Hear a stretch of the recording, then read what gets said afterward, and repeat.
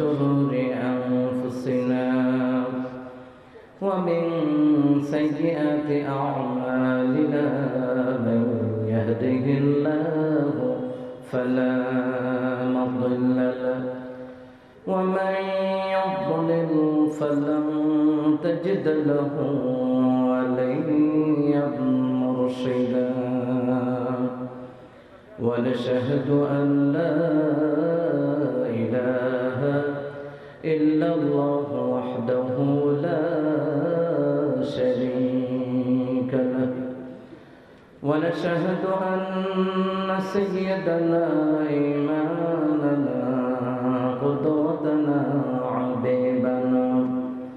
حبيبنا وطبيبنا وطبيب أرواحنا محمد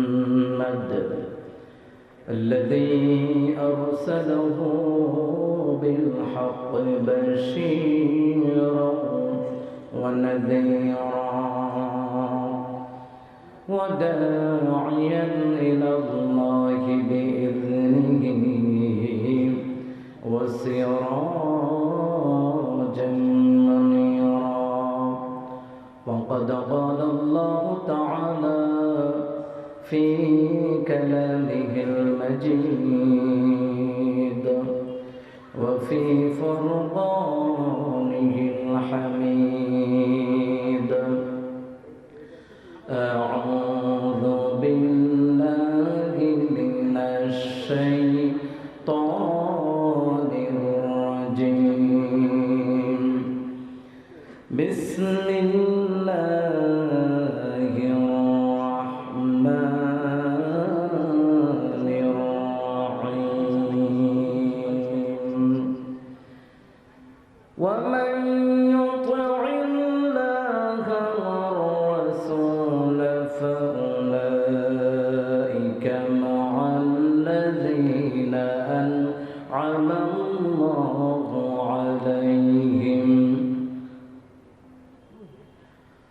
أنعم الله عليهم من النبيين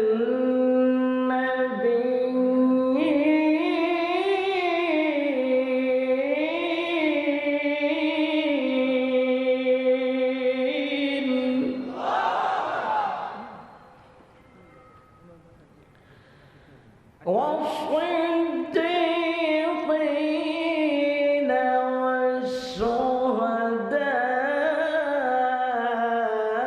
والشهداء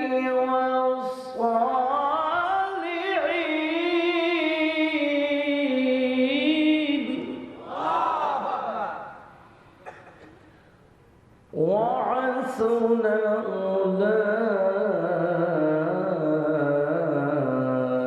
أولئك رفيقا صدق الله العظيم وقال النبي صلى الله عليه وسلم مدمن الخمر كعابد وثن أو كما قال عليه الصلاة والسلام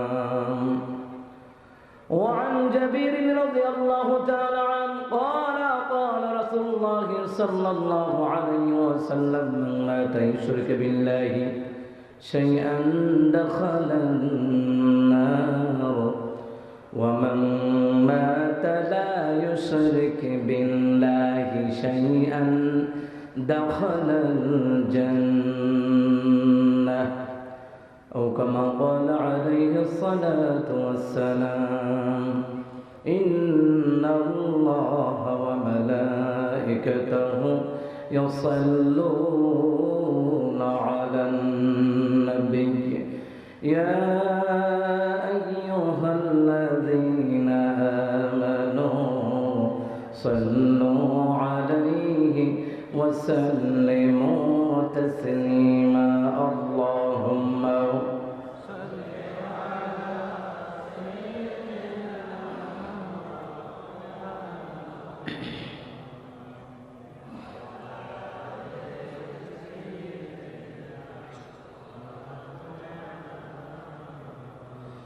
اللهم صل على محمد وعلى آل محمد كما صليت على إبراهيم وعلى آل إبراهيم إنك حميد مجيد اللهم بارك على محمد وعلى آل محمد كما باركت على إبراهيم وعلى آل إبراهيم إنك حميد مجيد سبحان الله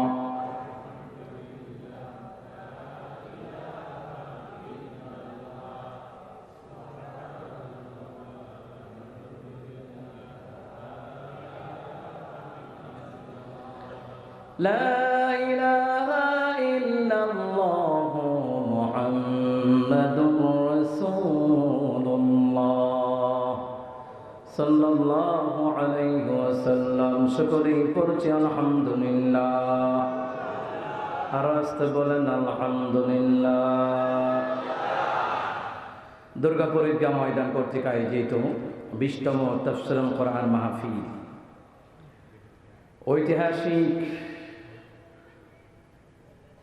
5 দিন ব্যাপী তাফসীরুল কোরআন মাহফিলের আজকে দ্বিতীয় অধিবেশনের সম্মানিত সভাপতি হযরত মাওলানা মাহমুদুল হাসান সাহেব, আল্লাহ হুজুরের হায়াতের মধ্যে বরকত বাড়িয়ে দিক।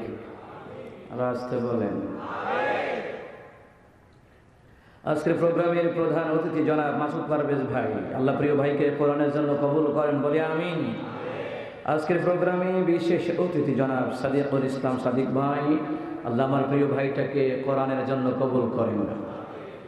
আজকের প্রোগ্রামের বিশেষ আলোচক যিনি আমার পূর্বে কথা বলতেছিলেন অত্যন্ত সুন্দর প্রাঞ্জল ভাষায়, বিশিষ্ট ইসলামী চিন্তাবিদ মুফাসসির কোরআন আল্লামা হযরত মাওলানা জহিরুল ইসলাম জেহাদি সাহেব, আল্লাহ আমার প্রিয় ভাইয়ের কণ্ঠকে ইলমের মধ্যে আল্লাহ পাক বরকত বাড়িয়ে দিক। সম্মানিত উপস্থিতি, সম্মানিত উলামায়ে কেরাম, মুরব্বিয়ানে আলিদাম, যুবক ভাইয়েরা, পর্দার আড়ালে আমার প্রাণ প্রিয় মা ও বোনেরা, সকলের প্রতি সালাম, আসসালামু আলাইকুম ওয়া রাহমাতুল্লাহি ওয়া বারাকাতুহু। মহান আল্লাহ পাকের দরবারে শুকরিয়া আদায় করছি যে মহান আল্লাহ তাআলা এত সুন্দর একটা জান্নাতের বাগান, 5 দিন ব্যাপী তাফসীরুল কোরআন মাহফিল, আজকে দ্বিতীয় অধিবেশনে আল্লাহ পাক আমাদেরকে প্রথম অধিবেশনও যাদেরকে আল্লাহ এনেছেন, আজকে দ্বিতীয় অধিবেশন আল্লাহ যাদেরকে এনেছেন, সবাই খুশি না বেজার? সবাই বলেন খুশি না বেজার? খুশির সাথে পড়ছি আলহামদুলিল্লাহ। কারণ আল্লাহর কাছে এই জন্য শুকরিয়া আদায় করছি যে আল্লাহ পাক তার দয়ায়, হাজা মিন ফাদল রাব্বি, এটা আল্লাহ পাকের একটা বিরাট অনুগ্রহ, যেই এলাকার কোরআন প্রিয় মানুষগুলি 5 দিন ব্যাপী তাফসীরুল কোরআন মাহফিলের আয়োজন করেছেন। এই 5 দিন ব্যাপী তাফসীরুল কোরআন মাহফিলের ময়দানটা হলো জান্নাতের জায়গা। সুবহানাল্লাহ পড়েন। দুনিয়ার জমিনের দামি জায়গাগুলোর মধ্যে আল্লাহ রাব্বুল আলামিন দুনিয়ার জমিনে মসজিদ হলো জান্নাতের জায়গা, মাদ্রাসা হলো জান্নাতের জায়গা, কোরআনের মাহফিল হলো জান্নাতের জায়গা। এই জান্নাতের জায়গায় সবাই আসতে পারে না, আল্লাহ যাদেরকে পছন্দ করে তাদেরকে এই ময়দানে পাঠায় দেয়। কথা বলেন ঠিক কিনা? যারা ইচ্ছা করে সংকল্প করে, আল কসদ ওয়াল ইরাদা, ইচ্ছা করে সংকল্প করে, আল্লাহ তাআলা বললেন বান্দার অবস্থা ততক্ষণ পর্যন্ত আমি পরিবর্তন করি না যতক্ষণ না পর্যন্ত বান্দা নিজের ইচ্ছায় পরিবর্তিত না হয়। বান্দা যখন হেদায়েতের জন্য চেষ্টা করে, আমার আল্লাহ তাআলা তার জন্য হেদায়েতের রাস্তাটা আমার আল্লাহ সহজ করে দেয়। সম্মানিত মুহতারাম হাজিরিন, এই পৃথিবীর জমিনে মসজিদ বলেন, মাদ্রাসা বলেন এবং কোরআনের জায়গাগুলি বলেন, এই কোরআনের জায়গাগুলি সর্বপ্রথম তৈরি করে দিয়েছেন বিশ্বনবী মুহাম্মদুর রাসূলুল্লাহ সাল্লাল্লাহু আলাইহি ওয়াসাল্লাম। এর আগে অন্যান্য নবীরাও দাওয়াতি কাজ করেছেন, তাওহীদের দাওয়াত দিয়েছেন, ঈমানের দাওয়াত দিয়েছেন, কালিমার দাওয়াত দিয়েছেন। সমস্ত নবীদের কাছে আল্লাহ বললেন আমি তাদের কাছে আয়াত পাঠিয়েছিলাম। ও মানবদের তোমাদের কাছে আয়াত পাঠিয়েছি, সেই আয়াতের নাম হলো কোরআনুল কারীম। কোরআনুল কারীমের এক একটা আয়াত, কোরআনুল কারীমের মধ্যে 6666টি আয়াত রয়েছে। এই আয়াতগুলি হলো আমি আল্লাহর বিধি বিধান, জোরে করে আল্লাহু আকবার। সমস্ত নবীদের কাছে আমি আল্লাহ তাআলা আয়াত পাঠিয়েছিলাম। আল্লাহ তাআলা বললেন এই দুনিয়ার জমিনে নবীদের কাছে আমি আল্লাহ আয়াত পাঠিয়েছিলাম, আসমানি গ্রন্থ আমি আল্লাহ নাজিল করেছিলাম। এমনকি আল্লাহ তাআলা বললেন মুসা কালিমুল্লাহর উপরে, ঈসা রূহুল্লাহর উপরে, তারপরে দাউদ আলাইহিস সালামের উপরে তাওরাত, জবুর, ইনজিল নাজিল করা হয়েছিল। ওইগুলার মধ্যে আমাদের কোরআনুল কারীমের মতো সূরা ছিল। সুবহানাল্লাহ। আমাদের কোরআনুল কারীমের মধ্যে 114টা সূরা রয়েছে। কথা বলেন ঠিক কিনা? কিন্তু আজ আমরা মুসলমানের সন্তান জিজ্ঞাসা করলে বলতে পারে না কোরআনুল কারীমের মধ্যে কয়টা সূরা আছে। অভাব নাই, অভাব নাই, বলতে পারে না। কোরআনুল কারীমের মধ্যে 114টা সূরা, 114টা সূরার ভিতরে একটা সূরা সবচাইতে বড় সূরা, ওই সূরার নাম কি? সূরা আল বাকারা, 286 নাম্বার আয়াত পর্যন্ত। কিন্তু তাওরাতের মধ্যে সূরা ছিল, জবুরের মধ্যে সূরা ছিল, ইনজিলের মধ্যে সূরা ছিল। ওইগুলার মধ্যে সূরার সংখ্যা ছিল 1000 করে সূরা, আর সূরার আয়াত সংখ্যা ছিল আবার 1000 করে আয়াত। আল্লাহু আকবার। আল্লাহ তাআলা বললেন দুনিয়ার জমিনে তেমনি ভাবে এক একজন নবীদেরকে দিয়া সমাজের ভিতরে, রাষ্ট্রের মধ্যে আমি আল্লাহর আদেশ প্রচার করার জন্য, নিষেধগুলি প্রচার করার জন্য আমি আল্লাহ তাআলা দায়িত্ব দিয়েছিলাম। আমি আল্লাহর পক্ষ থেকে যা আদেশ করা হয়েছে তা পালন করবা, যা নিষেধ দেওয়া হয়েছে তা ছেড়ে দেওয়া লাগবে। তেমনি ভাবে যুগে যুগে আমি পয়গম্বর দুনিয়াতে পাঠিয়েছিলাম। কিন্তু আমি আল্লাহ রাব্বুল আলামিন মানব জাতির উপরে বড় দয়া করে, বড় ইহসান করে এমন একজন পয়গম্বর পাঠালাম যিনি আসমানের নবী, জমিনের নবী, সমস্ত কোন কায়নাতের নবী। শুধু নবী না, শুধু তিনি নবী না, তিনি বিজ্ঞানের দিক দিয়েও শ্রেষ্ঠ, সায়েন্সের দিক দিয়েও শ্রেষ্ঠ, ইলমের দিক দিয়েও শ্রেষ্ঠ, নবীদের দিক দিয়েও শ্রেষ্ঠ, আবার ইমামের দিক দিয়েও শ্রেষ্ঠ। আল্লাহু আকবার। আমার দেশের মধ্যে একটা কথা আছে, যার নাই কোনো গতি সে করে ইমামতি। না না, যার আছে শ্রেষ্ঠমতি সে করে ইমামতি। কথা বলেন ঠিক কিনা? শ্রেষ্ঠমতি না থাকলে ইমামরা মুসল্লিদের দায়ভার কাঁধে নিয়ে নামাজে দাঁড়াতো না। কথা বলেন ঠিক কিনা? ইমামদেরকে হ্যাঁ প্রতিপন্ন করা যাবে না, মুয়াজ্জিনদেরকে হ্যাঁ প্রতিপন্ন করা যাবে না। কারণ ইমাম মুয়াজ্জিন যখন কোরআন তেলাওয়াত করে তখন তাদের সম্পর্ক, জোরে বলুন কার সাথে? আল্লাহ তাআলা বললেন সমস্ত ইমামের শ্রেষ্ঠ ইমাম মুহাম্মদ সাল্লাল্লাহু আলাইহি ওয়াসাল্লাম। আল্লাহ বললেন সমস্ত নবীদেরকে আমি আল্লাহ পাঠিয়েছিলাম আমি আল্লাহর আয়াতগুলি, স্পষ্ট বিধানগুলি তোমাদের কাছে পৌঁছে দেওয়ার জন্য। আবার বিশ্বনবী বললেন আল্লাহ পাক আমাকে পাঠিয়েছেন দুনিয়ার জমিনে 3টা কারণে। আল্লাহ পাক আমাকে দুনিয়ার জমিনে পাঠিয়েছেন। প্রথম নাম্বার হলো আল্লাহ তাআলা পাঠিয়েছেন তার জমিনে তার আয়াতগুলি, তার বিধি বিধানগুলি প্রচার প্রসার করার জন্য, তার স্পষ্ট বিধানগুলি জাতিকে জানায় দেওয়ার জন্য। আল্লাহ যে প্রথম নম্বর কারণ হলো আমি যে দুনিয়াতে পয়গম্বর হিসাবে দুনিয়ার জমিনে প্রেরণ হলাম, আমি হলাম তোমাদের জাতির পিতা ইব্রাহিম খলিলুল্লাহর দোয়ার ফসল হিসাবে আল্লাহ তাআলা আমাকে দুনিয়ার জমিনে পাঠিয়েছেন। আমাদের জাতির পিতার নাম কি? হযরত ইব্রাহিম খলিল। শব্দটা সুন্দরভাবে শ্রদ্ধার সাথে উচ্চারণ করতে হবে। কথা বলেন না কেন? হযরত ইব্রাহিম খলিলুল্লাহ, যিনি আল্লাহর জন্য পাগল, আর রহমতের নবীকে আল্লাহ বললেন হাবিবুল্লাহ, আমার আল্লাহ যেই নবীর জন্য পাগল। আল্লাহু আকবার। মুহতারাম হাজিরিন, আল্লাহ রাসূল সাল্লাল্লাহু আলাইহি ওয়াসাল্লাম বললেন, তোমাদের জাতির পিতা ইব্রাহিম খলিলুল্লাহ দোয়া করলেন, কাবা ঘর দেখে দোয়া করলেন। আমার দেশের মানুষ কাবা ঘরে যাইতে চায় কি চায় না?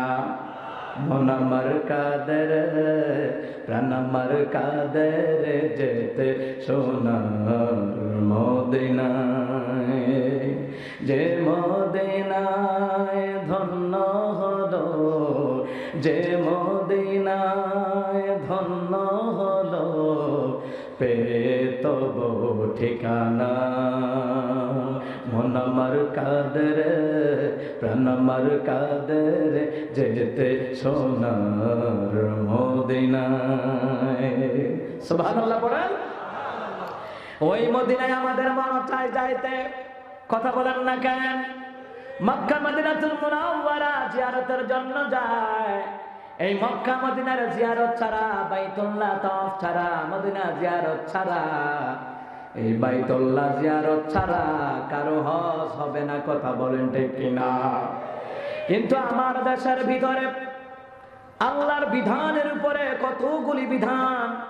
আমার দেশের মধ্যে বাউল গানের শিল্পীরা, ভান্ডারি গানের শিল্পীরা, তথা কথিত চিত্র জগতের শিল্পীরা, ওরা বলে মারেফতের গান গায়, মরার গান গায়, ওরা মারেফতের গান নয়। কিন্তু কয়েকদিন আগে নতুন একটা গান ভাইরাল হলো। ওরা মক্কা মদিনাকে বাদ দেয়া মাইজ বান্দারকে হজের জায়গা বলে দিল। আওয়াজ বের হয় না কেন? জবাব দিতে হবে আল্লাহর কাছে, জবাব দিতে হবে।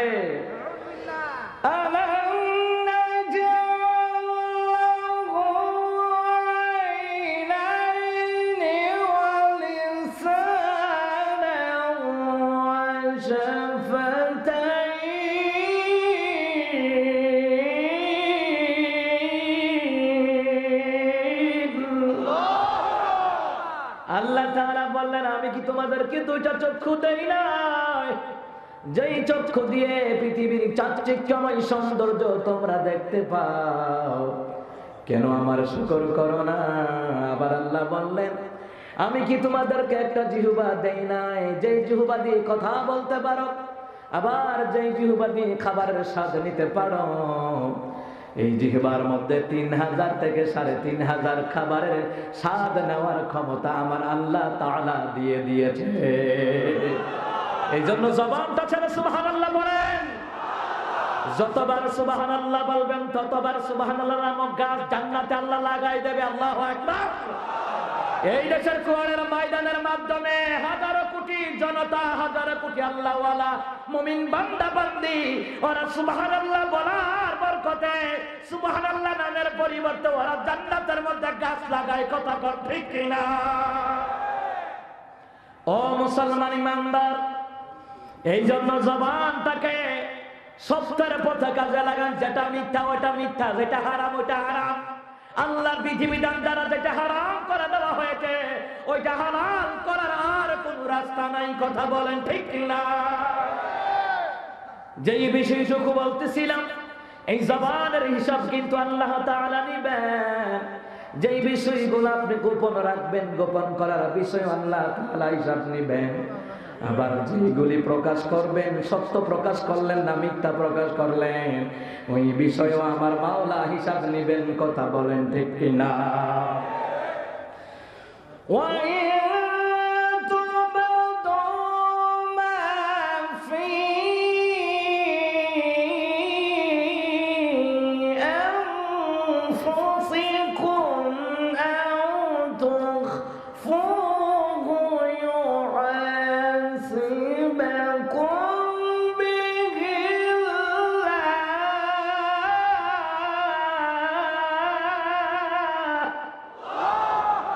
আল্লাহ তাআলা বললেন, বিষয় গোপন রাখো, এটার ব্যাপারে আমি আল্লাহ হিসাব নেব।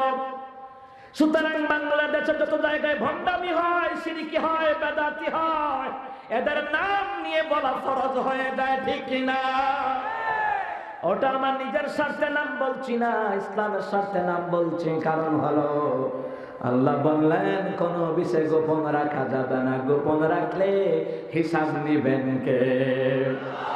আবার যখন তোমরা প্রকাশ করো, মিথ্যা প্রকাশ করো না, মানুষকে মিথ্যা বলে মিথ্যাটাকে সত্য বানাইয়া সমাজের মধ্যে, রাষ্ট্রের মধ্যে প্রচার করে ধোঁকা দিও না। কারণ হলো আমি আল্লাহ তাআলা প্রকাশ করার ব্যাপারও গোপন রাখার ব্যাপারও, জোরে বলুন তো, হিসাব নিবেন কে? ও মুসলমান ইমানদার, এই যে দেখেন আমার দেশের ভিতরে কত রকমের অবস্থা শুরু হয়ে গেল, ভালোভাবে খেয়াল করেন। এই বাইতুল্লাহ জিয়ারতের জন্য মানুষ লক্ষাধিক টাকা ব্যয় করে করে যায়। হৃদয়ের মধ্যে আল্লাহর ভালোবাসা, রাসূলের ভালোবাসা, ঠিক কিনা? আল্লাহকে যে পাইতে চায়, হযরতকে ভালোবেসে, আল্লাহকে যে পাইতে চায়, আরশ কুরসি লৌহ কলম না চাহিতে পেয়েছে সে, হযরতকে ভালোবেসে, আল্লাহকে যে পাইতে চায়। সুবহানাল্লাহ বলেন।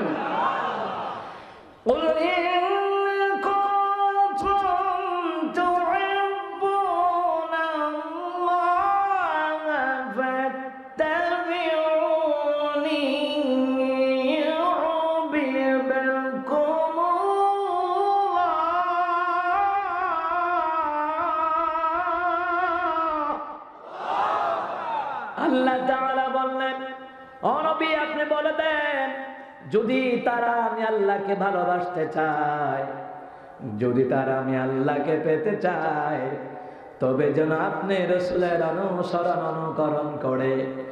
আপনি যেইভাবে নামাজ পড়েছেন ওরা যেন এইভাবে নামাজ পড়ে, আপনি যেইভাবে লেনদেন করেছেন ওইভাবে যেন তারা লেনদেন করে, আপনি যেইভাবে মানুষের সাথে আচার ব্যবহার করেছেন ওইভাবে যেন তারা আচার ব্যবহার করে। ইসলামের বিধি বিধানগুলি যেন তারা পুঙ্খানুপুঙ্খানুভাবে মানে। কারণ ও নবী, ওরা আপনাকে দেখে দেখে প্র্যাকটিক্যালি আমল করবে। সাহাবীরা দেখে দেখে প্র্যাকটিক্যালি আমল করেছেন, আবার সাহাবীদেরকে দেখে দেখে তাবেঈরা প্র্যাকটিক্যালি আমল করেছেন। কথা বলেন ঠিক কিনা? ও মুহতারাম হাজিরিন, আল্লাহ রাব্বুল আলামিন সুন্দর করে জানায় দেন, নবী তারা যদি আমি আল্লাহকে পেতে চায়, ওরা যেন আপনার রাসূলের অনুসরণ অনুকরণ করে। ওরা যখন আপনার অনুসরণ অনুকরণ করবে, ইউহিব্বুকুমুল্লাহ, তারা আমাকে ভালোবাসতে হবে না, আমি আল্লাহ রাব্বুল আলামিন নিজেই আপনার ইমানদার সাহাবীদেরকে, ইমানদার বান্দা বান্দীদেরকে, আপনার ইমানদার উম্মতদেরকে আমি আল্লাহ নিজেই ভালোবাসা দেব। আল্লাহু আকবার। وَيَغْفِرْ لَكُمْ ذُنُوبَكُمْ وَاللَّهُ غَفُورٌ رَحِيمٌ। এবং আমি আল্লাহ তাদের জীবনের সমস্ত গুনাহ মাফ করে দেব। আমি আল্লাহ ক্ষমাকারী দয়ালু, আমার আল্লাহর মতন ক্ষমাকারী দয়ালু আর কেউ নাই। কথা বলেন ঠিক কিনা?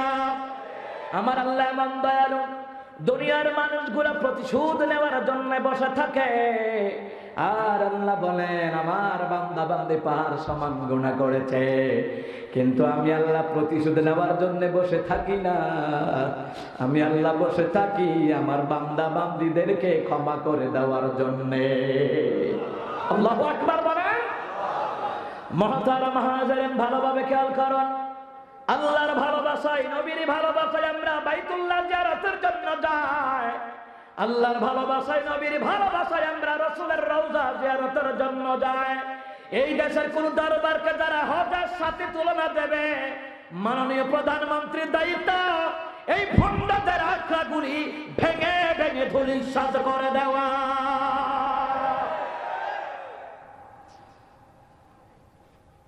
ও মুসলমান ইমানদার, আপনাদেরকে বোঝার জন্য বলি, সার দিয়ে দেখবেন ওরা ভান্ডার শরীফের গান বানাইছে, ভান্ডার শরীফ বানাইছে, মদিনা শরীফ, বাইতুল্লাহ শরীফ, কোরআন শরীফ, ভালো ভালো পবিত্রের জায়গায় শরীফ ব্যবহার করা হয়।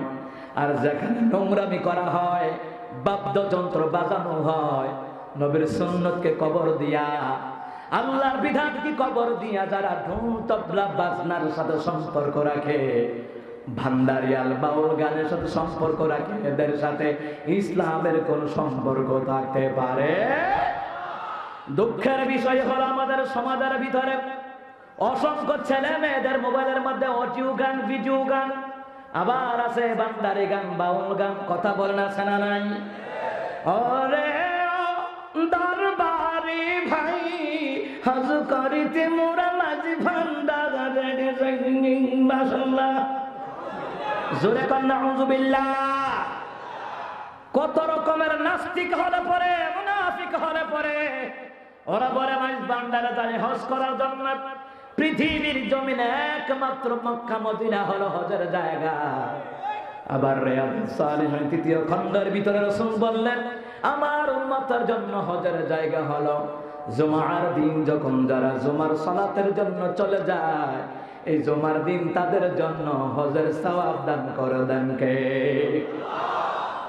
কত বড় যে ভণ্ড, ওরা নিজেরাও জানে না যে ওরা যে কত বড় ভণ্ড। কথা কোন ঠিক কিনা? এই দেশের মধ্যে, ভারতের মধ্যে হিন্দুদেরকে ধ্বংস করলো মা ঠাকুরে, সরস্বতী মা, কালী মা, ভগবতী মা, মার কোনো শেষ নাই। কথা বলেন ঠিক কিনা? ওরা আবার গাভীর দুধ খায় না, গাভীর গোশত খায় না, কিন্তু ওরা কিন্তু বলে গাভীর দুধ খায় না, গাভীর গোশত খায় না, কিন্তু গাভীর চামড়া দিয়ে ঠিকই কিন্তু জুতা পরিধান করে। কথা বল না কে? ও আইলাও খাই না, এই কদু খাই না। ও আব্বার কাছে আব্বার শ্বশুর বাড়ি, আই যাইতাছি মামার বাড়ি। তা আব্বার শ্বশুর বাড়ি আর মামার বাড়ি কি এক না? কথা কর না কেন? হিন্দুদেরকে ধ্বংস করলো মা ঠাকুরে, আর মুসলমানদেরকে ধ্বংস করলো ভণ্ড ভণ্ড পীর ঠাকুরে। কথা কর না কেন? আবার আমি বলি, দেশের কলা গাছটি রেখে ফেলেছে জিরে, গ্রাম অঞ্চলের সহজ সরল মানুষের ইমান গুলা খাইছে বন্ড বন্ড পীরে। এই বাবা আর সেই বাবা, বাবার নাই শেষ, বাবায় বাবায় ভরে গেছে সারা বাংলাদেশ। বাবার শেষ নাই। তারা বাবা, খেতা বাবা, সাধু বাবা, জোস্তা বাবা, বৌমস্তান বাবা, সালসুর বাবা। ঢাকা থেকে কুমিল্লার দিকে যাইতে তখন আমি দেখি বৌমস্তান বাবা। ঢাকা থেকে মেঘনা পার হওয়ার পরে, মেঘনা পার হওয়ার পরে হাতের বামে কুমিল্লা যাইতে, হাতের বামে বৌমস্তান বাবা নামের টাইটেল দেখেন। এই ভণ্ড ভণ্ড মাজার গুলা সব চাইতে যাদের দ্বারা মাজারের ব্যবসাগুলি চাঙা হয়, এই দেশের মহিলাদের দ্বারা চাঙা হয়। তো মহিলার মাজারে যায় বেশি। কথা কন না কেন? চিন্তা করে দেখুন, ওরা ইবাদত মনে করে যায়। কোরআন সুন্নাহর মাপকাঠির ভিতরে যদি আপনার আমল না হয়, ওই আমল আল্লাহর কাছে গ্রহণযোগ্য হবে না। এই জন্য আমরা যে হজের নিয়ত করে যারা ধন সম্পদের মালিক, নিসাব পরিমাণ সম্পদের মালিক, ওরা হজের জন্য বাইতুল্লাহ যায়। রহমতের নবী বললেন, তোমাদের জাতির পিতা ইব্রাহিম খলিলুল্লাহর দুয়ার ফসল হিসেবে আল্লাহ তাআলা আমাকে দুনিয়ার জমিনে নবী করে পাঠিয়েছেন। কেন? তিনি কি বলেছেন শুনে নাও। রব্বানা ওয়াবা'আথ ফীহিম রাসূলাম মিনহুম ইয়াতলু আলাইহিম আয়াতিক يتلو عليهم آياتك ويعلمهم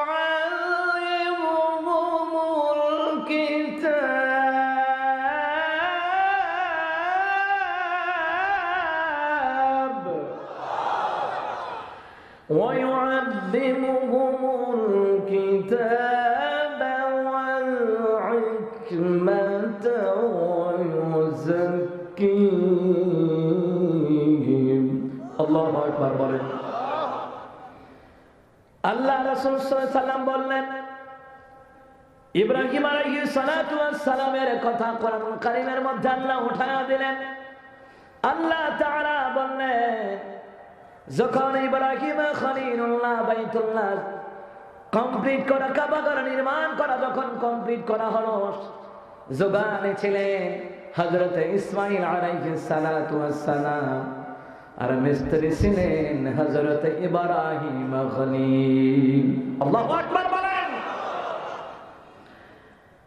আল্লাহ তাআলা বললেন যখন ইব্রাহিম আলাইহিস সালাম দোয়া করলেন হে আমাদের রব তাদের মধ্য থেকে কিংবা আমাদের মধ্য থেকে একজন পয়গম্বর একজন রাসূল আপনি দুনিয়াতে পাঠান যার দায়িত্ব হবে আপনার আয়াতগুলি তিলাওয়াত করে শোনাবে যাকে রাসূল করে পাঠালেন যাকে নবীর দায়িত্ব দিলে রিসালাতের দায়িত্ব দিলে পরে ও আল্লাহ মানব জাতির হক আদায় হবে আপনার তাওহীদের দাওয়াতের হক আদায় হবে কালিমার ঈমানের দাওয়াতের হক আদায় হবে যে পদ পাওয়ার পরে জায়গা দখল করে বসে থাকবে না এমন একজন নবী পাঠান যেই নবী যেই রাসূল আপনার আয়াতগুলি বিধিবিধানগুলি জাতির লোকদেরকে জানায়া দেবে কথা বলেন ঠিক কিনা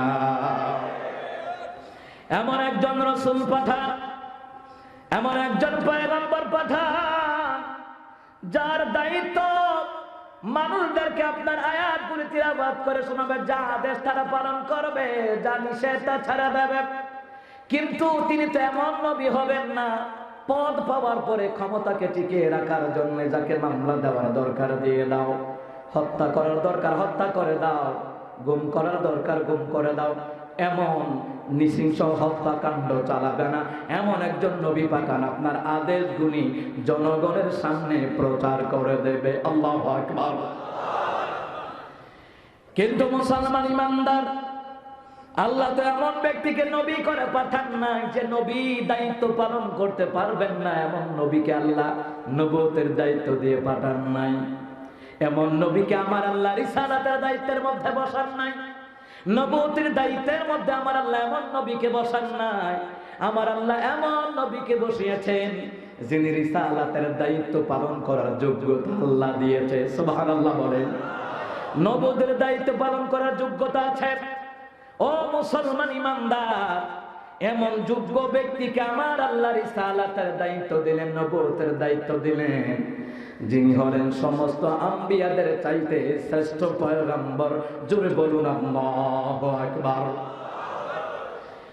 মুহতারাম হাজিরিন কিন্তু আমার বিভিন্ন রাষ্ট্রের ভিতরে যাদের মধ্যে ধর্মের জ্ঞান নাই তাকে বানানো হয় ধর্মমন্ত্রী আর যাদের স্বাস্থ্য সচেতনতা নাই ওরে বানায় স্বাস্থ্যমন্ত্রী ভেজাল আছে না নাই যোগ্যতা থাকা লাগবে ধর্মের ব্যাপারে কথা বলার ধর্মের ব্যাপারে কথা বলার যোগ্যতা থাকা লাগবে ধর্মের ব্যাপারে যদি বাজার ঘাটে যাওয়ার ফতোয়া কোথায় মার্কেটে যাওয়ার ফতোয়া কোথায় করোনার কালে জুমার দিন 12 জন ওয়াক্তিয়া নামাজে 5 জন ধর্মের ফতোয়া বলে মক্কা মদিনার দোহাই দিলাম মক্কা মদিনার মতো জায়গা বন্ধ করোনার কালে বাংলাদেশে কেন মসজিদ বন্ধ হবে না শিক্ষা প্রতিষ্ঠান কেন বন্ধ হবে না ভালো কথা এটা শ্রদ্ধার সাথে বাঙালি গ্রহণ করেছে কিন্তু মক্কা মদিনার দোহাই দিয়ে যদি আমার দেশে মসজিদে মাদ্রাসায় যদি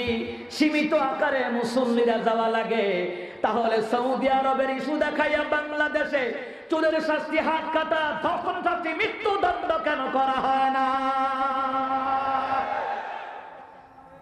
ও মুসলমান ইমানদার মুসলমান আল্লাহওয়ালারা নবীওয়ালারা আল্লাহর বান্দা বান্দিরা ভালোভাবে খেয়াল করেন রহমতের নবীকে আল্লাহ তাআলা যোগ্যতা সম্পন্ন একজন পয়গম্বর আমার আল্লাহ দুনিয়াতে পাঠালেন আল্লাহ তাআলা বলেন হাবিব আমার কিয়ামতের ময়দানে একমাত্র আপনার সম্মানের দিকে তাকাইয়া কারণ সমস্ত নবীর চাইতে শ্রেষ্ঠ সম্মান আমি আল্লাহ দিয়েছি।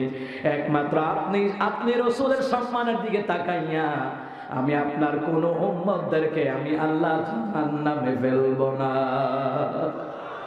আল্লাহু আকবার বলেন। কেমন দামি কথা আল্লাহ বললেন, কেমন দামি কথা রাসূল বললেন। ও মুসলমান ইমানদার, যোগ্যতা সম্পন্ন পয়গম্বর আমরা পেলাম, এমন একজন পয়গম্বর পেলাম সমস্ত নবীদেরকে আল্লাহ যত ইলম দিয়েছে তার চাইতে কোটি কোটি গুণ ইলম আমার আল্লাহ তার হাবিবকে উপহার দিয়েছে। আল্লাহু আকবার। ও মুহতারাম হাজিরিন, কি মনে করেন আমার রাসূলের অনুমতি ছাড়া একটা উম্মতকে আমার আল্লাহ জাহান্নামে ফেলবেন না? আল্লাহু আকবার। যেই নবীকে আমরা দেখি নাই ওই নবীর ভালোবাসা হৃদয়ের মধ্যে জোরে বলুন তো আছে না নাই? দেখিনি তোমায় তবু দুটি চোখে, ইকু দেন, ইকু বাড়াই দেন। দেখিনি তোমায় তবু দুটি চোখে, তবু আছো অন্তরে, ঘুমিয়ে আছো দূর মদিনায়, কাঁদিতে আছো দূর মদিনায়, জগতালো করে। হে রাসূল তোমায় মনে পড়ে,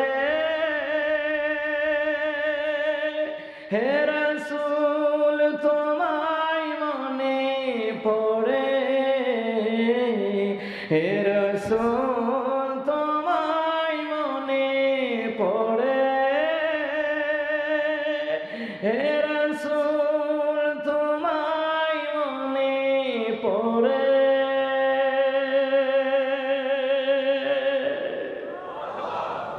কান্ডারি তুমি আমার জীবন, অবশেষে পেয়েছি তোমায়। আল্লাহু আকবার। ও আল্লাহ, যেই নবী উম্মতের কান্ডারি হবে ওই নবীকে আমরা শেষ জামানায় পেলাম। কথা বলেন ঠিক কিনা? আমার রাসূল শেষে এসেও সমস্ত নবীর চাইতে শ্রেষ্ঠ মর্যাদা দিয়ে দিলেন কে? কান্ডারি তুমি আমার জীবন, অবশেষে পেয়েছি তোমায়। তোমার বিধান সে সঠিক পথে, তোমার বিধান সে সঠিক পথে, এ জীবন যেন চলে যায় রোজ হাসরে কঠিন দিনে, রোজ হাসরে কঠিন দিনে। তোমার শাফায়াত দিও মোরে, হে রাসূল তোমায় মনে পড়ে, হে রাসূল তোমায় মনে পড়ে।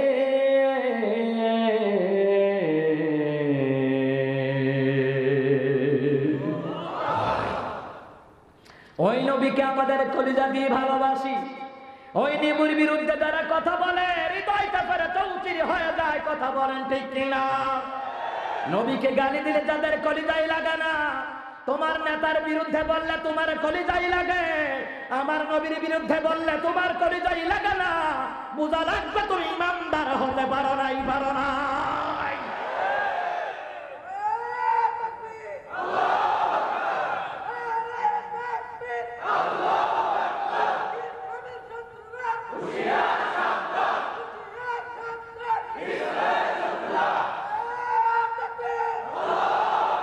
মুহতারাম হাজিরিন, ওই রহমতের নবীর শ্রেষ্ঠ উম্মত হতে পেরে আমরা সবাই বলি খুশি না বেজার?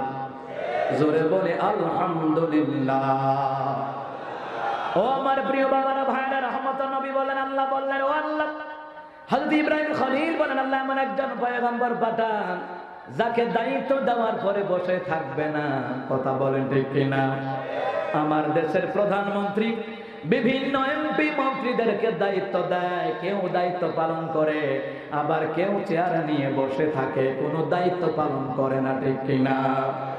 প্রধানমন্ত্রী ঠিকই দায়িত্ব দিয়েছেন, ওরা বাটপারি করে, ওরা রাস্তার টাকা খায়, ব্রিজের টাকা খায়, ফ্লাইওভারের টাকা খায়। ও মুসলমান ইমানদার, প্রধানমন্ত্রী তো একজনকে আইসা সতর্ক করা সম্ভব নয়।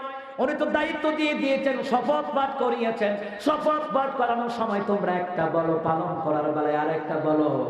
এটা কিন্তু আল্লাহ বললেন, ওটা হলো মুনাফিক আলামত, বুখারীর হাদিস। কথা বলেন ঠিক কিনা? মুসলমান ইমানদার, এখন যদি আমি মনে করি আমাকে এলাকার এই কমিটির লোক আমাকে দায়িত্ব দিচ্ছেন, আমি চেয়ারে বসে থাকবো, প্রধান বক্তা আসক উঠবো না, প্রধান অতিথি আসক উঠবো না, কথা বল না কেন? না, উঠবো না। আমি জায়গা পাইছি, পদবি পাইছি, আমি প্রধান অতিথি আজকের মাহফিলের, আজকে একটা জনগণকে ছাড়বো না। এই কথা বলা যাবে না, এই কথা বলা যাবে না। আমার দায়িত্ব পালন করার পরে আমি এখান থেকে চলে যাওয়া লাগবে। কথা বলেন ঠিক কিনা? মুসলমান ইমানদার, কারণ হলো এখানে পদবি দেওয়া মানে আমি এখানে বসে থাকবো আর আপনাদের সামনে কিছুই বলবো না, শুধু আপনারা আমাকে দেখবেন আর ভালো করে সবাই সেলফি তুলবেন, এই মানে এই নয়। কারণ আমাকে এখানে আপনারা দাওয়া করে এনেছেন কোরআন সুন্নাহ থেকে কিছু কথা বলে দায়িত্ব পালন করার জন্য। কথা বলেন না কেন? এই মানে জায়গা দখল করা নয়। ইমাম সাহেবের উজু ছুটে গেল, ইমাম সাহেব পিছনের একজনকে টান দিয়ে ইমামের মুসল্লায় দাঁড় করা, ইমাম চলে গেলেন। ইমাম সাহেব বললেন, উনার উদ্দেশ্য হলো, ইমামের উদ্দেশ্য হলো, আমার উজু ছুটে গেছে, আমি উজু ইস্তেঞ্জা করে আসি। পিছন থেকে যাকে টান দিয়ে দাঁড় করালেন উদ্দেশ্য হলো বাকি নামাজ তুমি শেষ করবা।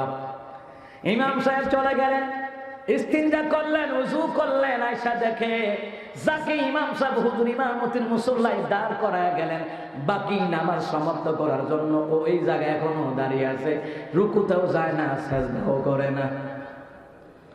ইমাম সাহেব অনেকক্ষণ পরে আসলেন, অনেকক্ষণ পরে আসিয়া দেখলেন কিরে এখনো তো সে ওখানে দাঁড়ায় রয়েছে পদবি নিয়ে। হুজুর বল, হুজুর কি করলেন? তাড়াতাড়ি নামাজ সমাপ্তি করলেন। নামাজ সমাপ্তি করার পরে এবার হুজুর জিজ্ঞাসা করলেন, তোমাকে তো দিয়ে গেলাম, আমার উজু ছুটে গেছে, বাকি নামাজটা তুমি সমাপ্তি করবা, কেন বাকি নামাজটা পড়াও নাই? ওই লোকে বলে, হুজুর আমি ভাবছি আপনার জায়গায় আমারে দিয়া গেছেন, আপনার জায়গাটা যাতে কেউ দখল করতে না পারে আমারে দিয়া গেছেন, পাহারা দিতাম। অত জানাই না ইমামতির দায়িত্ব কি।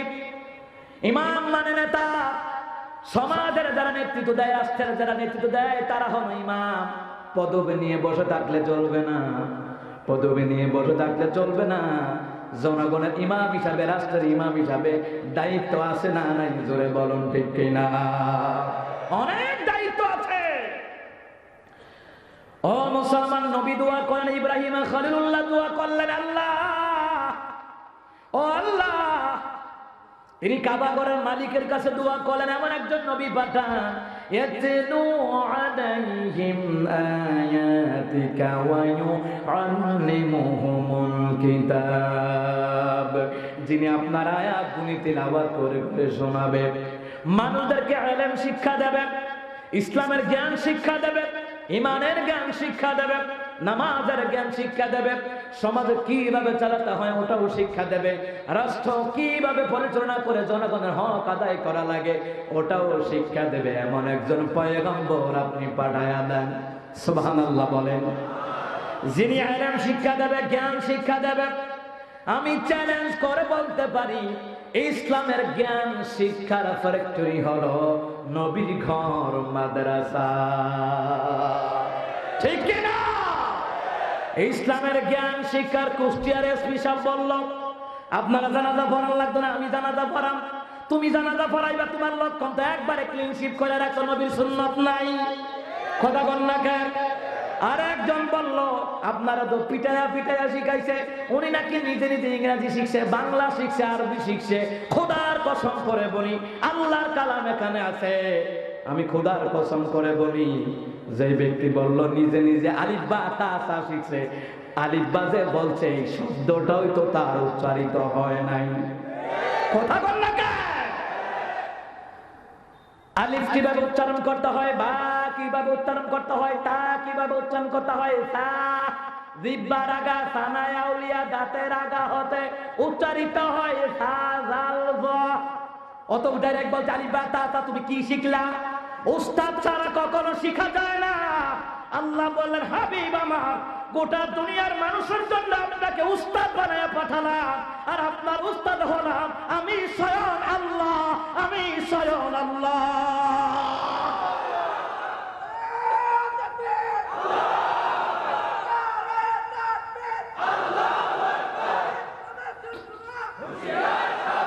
প্রিয় ভাইয়ের আমার, বাবার আমার, আপনারাই বলেন আমার দেশের মধ্যে সরকারি দল বিরোধী দল বলেন, এই দলের মধ্যে জ্ঞানী গুণী ব্যক্তি জুড়ে কোন আছে না নাই?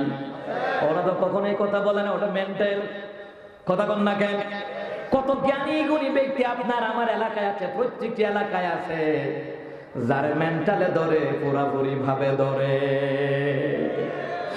একেবারে অধপতনে গেছে। মুসলমান ইমানদার ভেবে চিন্তে কথা বলার দরকার। পদ নিয়ে বসে আছেন, ভেবে চিন্তে কথা বলার দরকার। জনগণের সাথে, মানুষের সাথে কিভাবে কথা বলতে হবে আল্লাহ তাআলা কাছে ইব্রাহিম খলিল বলেন, আল্লাহ এমন একজন পয়গম্বর পাঠান জাতির লোকদেরকে ইলম শিখায়া দেবে, জ্ঞান বিজ্ঞান শিক্ষা দেবে। আল্লাহু আকবার। জ্ঞান বিজ্ঞান কাকে বলে ভালোভাবে খেয়াল করুন। সাধারণ কিছু এক্সাম্পল দেই, যদিও আমরা সাধারণ মনে করি, কিন্তু এইটার উদাহরণ বড় গভীরতা আছে। যখন আমি জাতীয় পর্যায়ে একাধিকবার যখন আল্লাহ পুরস্কার আমাকে দিলেন, আল্লাহ তাআলা পুরস্কারের ব্যবস্থা করে দিলেন, অসংখ্য কিতাবগুলোর মধ্যে যেই কিতাবটা আমি পুরস্কার পেয়েছিলাম, ওই কিতাবটার নাম হলো বিশ্ববৈজ্ঞানিক, বিশ্ব ডাক্তার মুহাম্মদুর রাসূলুল্লাহ সাল্লাল্লাহু আলাইহি ওয়াসাল্লাম। আল্লাহু আকবার।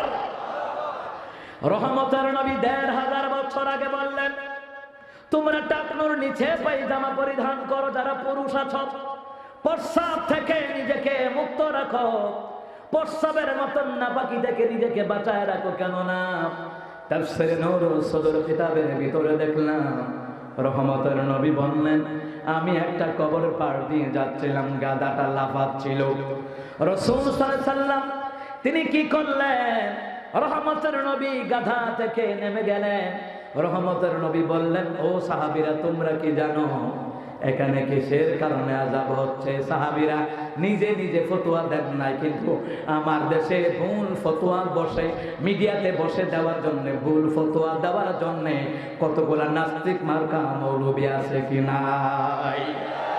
যেই সাহাবীরা কোরআনের জ্ঞান নবীদের কাছ থেকে অর্জন করেছেন, হাদিসের জ্ঞান অর্জন করেছেন, ওই সাহাবীরা সাথে সাথে উত্তর দিলেন, আল্লাহু রাসূলু আ'লাম। ও রাসূল আমরা কিছু জানি না, আল্লাহ এবং আল্লাহর রাসূল অধিক জানে। আল্লাহু আকবার। আমার দেশে টিভিতে গিয়ে, ডিবিসি নিউজে গিয়ে, যমুনা টিভিতে গিয়ে, ৭১ চ্যানেলে গিয়ে কথা বলতে গিয়া দেখে দেখে কোরআন শরীফ পড়ার ক্ষেত্রে ৩ বার ধাক্কা গাইল। কথা কম নাকি? ওর নাম মাওলানা জিয়াউল হাসান। আমি আর একটা হাদিস বলি, তাফসীর জালালান ৬ষ্ঠ নম্বর খণ্ডের শেষের দিকে ভালো করে খুঁজবে। আলী রাদিয়াল্লাহু তাআলা তিনি বললেন, যার মধ্যে সহিহ করে কোরআন শিক্ষার আলেম নাই, ওই ব্যক্তি আলেম নয়।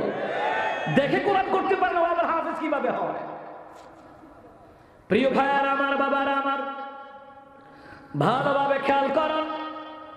ও মুসলমান ইমানদার, রহমতের নবী সাল্লাল্লাহু আলাইহি ওয়াসাল্লাম ১৫০০ বছর আগে এই যে ঘটনা রাসূল বললেন, ও সাহাবীরা তোমরা তো বললা আল্লাহু রাসূল আ'লাম, আল্লাহ এবং তার রাসূল ভালো জানেন।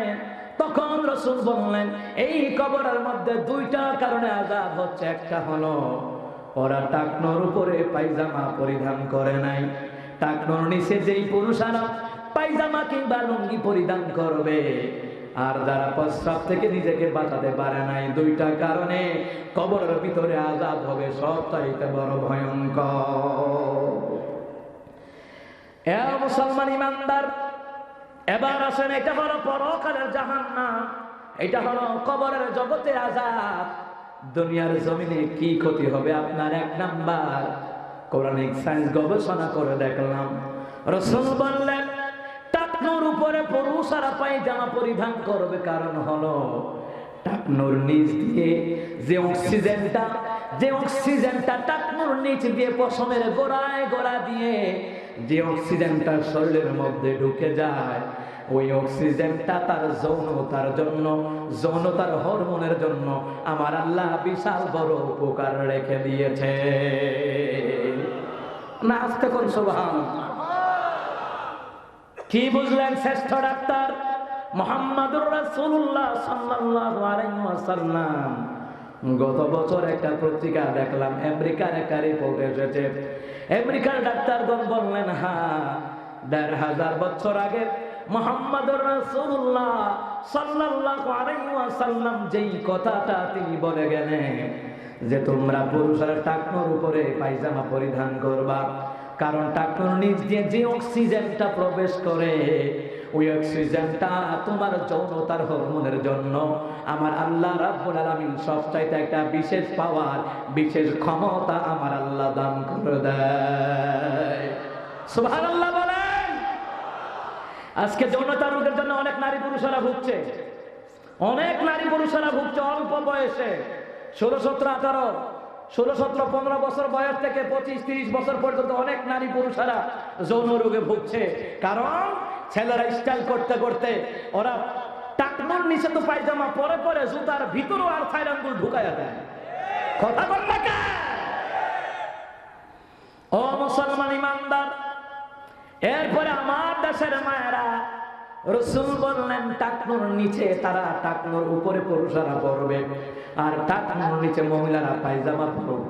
আর যেটাই পরুক না কেন ওরা টাকনো ধরে রাখবে, কারণ ওখান দিয়ে ওরা যদি নারীরা যদি টাকনোর উপরে পায়জামা পরিধান করে, এমন অক্সিজেনের মধ্যে কতগুলা জীবাণু আছে, অক্সিজেন যেইটা ঢোকে ওইটা তাদের যৌনতার হরমোনের জন্য এবং বান্দাতার জন্য সবচাইতে বড় কঠিন রোগ হয়ে দাঁড়ায়।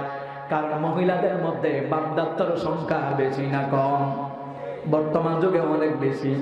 অনেক ভার্সিটির মেয়েদের বিয়ে হয়, স্কুলের মেয়েদের বিয়ে হয়, কিন্তু সন্তান হয় না। ডাক্তারের কাছে যায় চিকিৎসার জন্য, কারণ হলো বাচ্চা ধারণের জন্য, হরমোনের জন্য ওই হরমোনটা অধিকাংশ 4 ভাগের 3 ভাগ নষ্ট হয়ে গেছে। কারণ নষ্ট হয়ে যাওয়ার কারণ হলো টাকনোর উপরে তারা পায়জামা পরে, লেহেঙ্গা পরে, প্লাজো পরে। আমার দেশে বোধ এটা নাই। ওরা আবার মডেল, ওরা টিভি চ্যানেল দেখে দেখে ওরা মডেলিংরা বিজ্ঞাপন দেয়। এই বিজ্ঞাপন দেখে দেখে আর যৌন রোগের জন্য বিজ্ঞাপন দেয়। কলকাতা হারবাল একমাত্র 7 দিনই এই কোর্স, 100% সফলতা। আজ যোগাযোগ করুন বসুন্ধরা কমপ্লেক্স। আসান এমন বিজ্ঞাপন, আহা বিজ্ঞাপন। তখন যৌন রোগে ভুগে বউ থাকে না, স্ত্রী এমন রোগে ভুগে, মেয়েরা এমন রোগে ভুগে, স্বামী বেশি দিন রাখতে চায় না। আমার প্রিয় বাবারা, ভাইয়েরা, রহমতের নবীর কথাগুলি যদি আমরা মানতে পারতাম, আমাদের গোটা পরিবারের জন্য, গোটা দেশের জন্য রহমত হয়ে যেত। ওয়ামা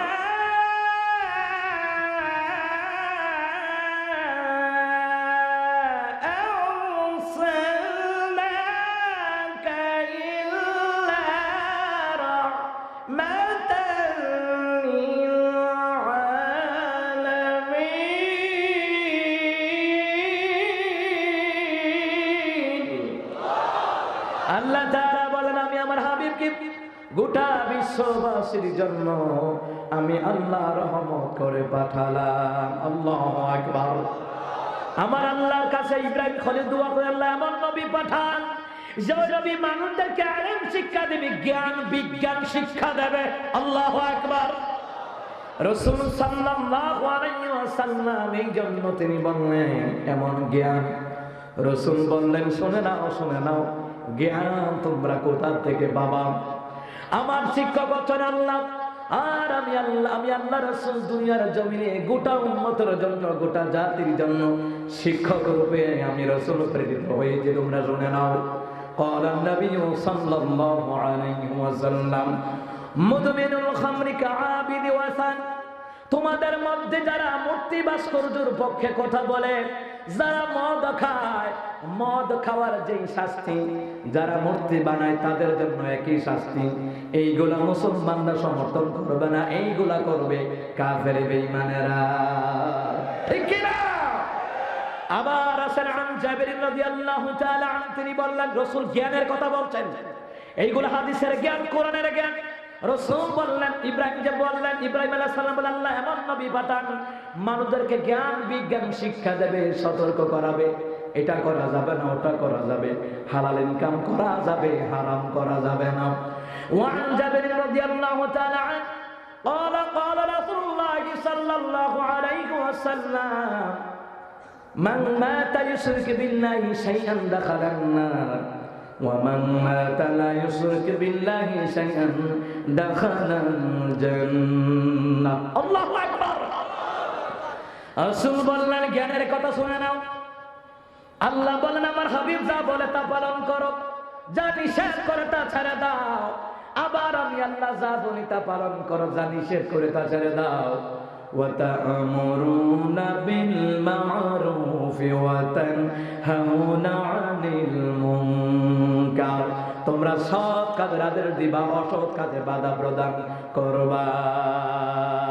হুকুম কার? রাসূল বললেন মান মাতা ইউশরিকু বিল্লাহি শাইআন দাখালান নার, তোমাদের মধ্যে কেউ যদি ভাস্কর্য বানায়, মূর্তি বানায়, কিংবা কবর পূজা আছে, ভাস্কর্যের সামনে মূর্তির সামনে মাথা নত করে এটা শিরক হয়ে যায়। আর কেউ যদি বিন্দু মাত্র শিরক করে তার জন্য আল্লাহর জাহান্নাম। বিন্দু মাত্র শিরক করলে আল্লাহর জাহান্নাম। ওরা নামাজ পড়তে পারে, তওবা করতে পারে, যদি তওবা করে আল্লাহ মাফ করে দিবেন। আর জীবনে মূর্তি ভাস্কর্যের পক্ষেও থাকবো না, আর জীবনে মাজারে সাজদা দিব না, মাজারে কি সন্তান চাইব না, এমন কথা এমন আইন মানব না। যদি তারা তওবা করে আল্লাহ মাফ করে দিবে, আর যে তওবা না করে মুনাফিক হইয়া মুশরিক হইয়া কবরে যাওয়া লাগবে। রাসূল বললেন বিন্দু মাত্র শিরক করলে ওরা জাহান্নামে যাবে। ওয়া মান মাতা লা ইউশরিক বিল্লাহি শাইআন দাখালাল জান্নাহ, কেউ যদি বিন্দু মাত্র শিরক না করে আল্লাহ তাদেরকে জান্নাত দিয়ে দিবে। আল্লাহু আকবার। ইন্নাহু মান ইউশরিক বিল্লাহি ফাকাদ আরামাল্লাহু আলাইহিল জান্নাহ। খেয়াল করে সুবহানাল্লাহ বললেন, যেই ব্যক্তি শিরক করবে তার জন্য আমি আল্লাহ তাআলার জান্নাত হারাম করে দিলাম। জান্নাত হারাম যারা শিরক করে, যারা কুফর করে, যারা আল্লাহকে ছাড়া অন্য কাউকে অধিক ইলাহাকে মেনে নেয়, ওরা শিরক করে, কুফর করে। আল্লাহ বললেন আমার সাথে যারা শিরক করে তাদের জন্য আল্লাহর জান্নাত হারাম। আমার আল্লাহ যে বললেন যারা শিরক করে তাদের জন্য জান্নাত হারাম, ওই জান্নাতে কি জোর করে ঢোকা যাবে নাকি? কথা বল না কেন? দুনিয়াতে জোর করে সবকিছু করা যায়, কিন্তু পরকালে জোর করে জান্নাতে ঢোকা যাবে না, যাবে না। কার কথা? কার কথা? এই শিরকি কাজের যারা আঞ্জাম দেয় সমান পাপের পাপী। কথা বল না কেন? যে ইমানে প্রয়োজনে জ্বলে ওঠে না, যে ইমানে দিন কায়েমের কথা বলে না, যে ইমান অন্তরে নাই, যে ইমান অন্তরে নাই, মুখে ফোটায় কথার কলি, কি করে তারে বলো ইমান? জান্নাত শাস্তি দিবে শিরকি না থাকার কারণে। আল্লাহু আকবার। কিয়ামতের ময়দানে আপনার আমার আমলনামাগুলি মিজানের পাল্লায় দেওয়া হবে। মিজানের পাল্লায় যখন দেওয়া হবে, বান্দা বান্দীদেরকে টেনে হেঁচড়ে নিয়ে যাওয়া হবে জাহান্নামের দিকে। তখন আল্লাহ পাক দেখেন কেমন দয়ার সাগর, মায়ার সাগর। এই পৃথিবীতে কত মানুষকে বিনা কারণে মারা হয়, কেউ সামনে দিয়ে বাধা দেয় না। পরকালে যখন বান্দা বান্দীদেরকে জাহান্নামে নিয়ে যাওয়া হবে, আমার আল্লাহ বাধা দিবে। আল্লাহু আকবার বলেন। মনে রাখবেন, দুনিয়াতে যারা মানুষের প্রতি দয়া করে না, আমার আল্লাহ তাদের প্রতি দয়া করবে না। দুনিয়াতে যারা মানুষের প্রতি দয়া দেখায়, আমার আল্লাহ তাদের প্রতি কিয়ামতের ময়দানে 100 ভাগ দয়া দেখাই আমার আল্লাহ জান্নাত দিয়া দিবে। ও মুসলমান ইমানদার, আমরা যদি মানুষের প্রতি মানুষ দয়া দেখাতাম, বিনা কারণে মানুষ জেলখানায় থাকতো না, বিনা কারণে ফাঁসির মঞ্চে যেত না, বিনা কারণে মানুষ হত্যা গুম হতো না। আমরা দয়া দেখাতে পারি নাই। উনি সরকারি দল কি হয়েছে, উনি বিরোধী দল কি হচ্ছে, আমরা মুসলমান, আমরা কোরআনের দল, আল্লাহর দল, নবীর দল, এক হয়ে থাকবো, এক হয়ে থাকবো। মসজিদে আমরা এক হতে পারি, মাদ্রাসায় এক হতে পারি, ঈদগাহ নামাজে এক হতে পারি, জুমার দিন নামাজে এক হতে পারি, আজকে কোরআনের মাহফিলে এক হতে পারি। কবরে যখন শুইব একসাথে শুইব, কে বিএনপি, কে জামাত, কে আওয়ামী লীগ, কে জাতীয় পার্টি, কোন ভেদাভেদ নাই। কিন্তু দুনিয়ার জমিনে কোরআনের আইনের বেলায় আমরা আলাদা হয়ে যাই। কথা বলেন ঠিক কিনা?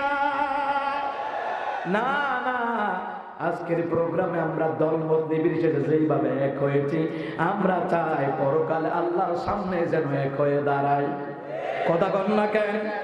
আমার আল্লাহ বাধা দিবে ফেরেশতাদেরকে। আমার আল্লাহর মতো ক্ষমাকারী দয়ালু কেউ নাই। ও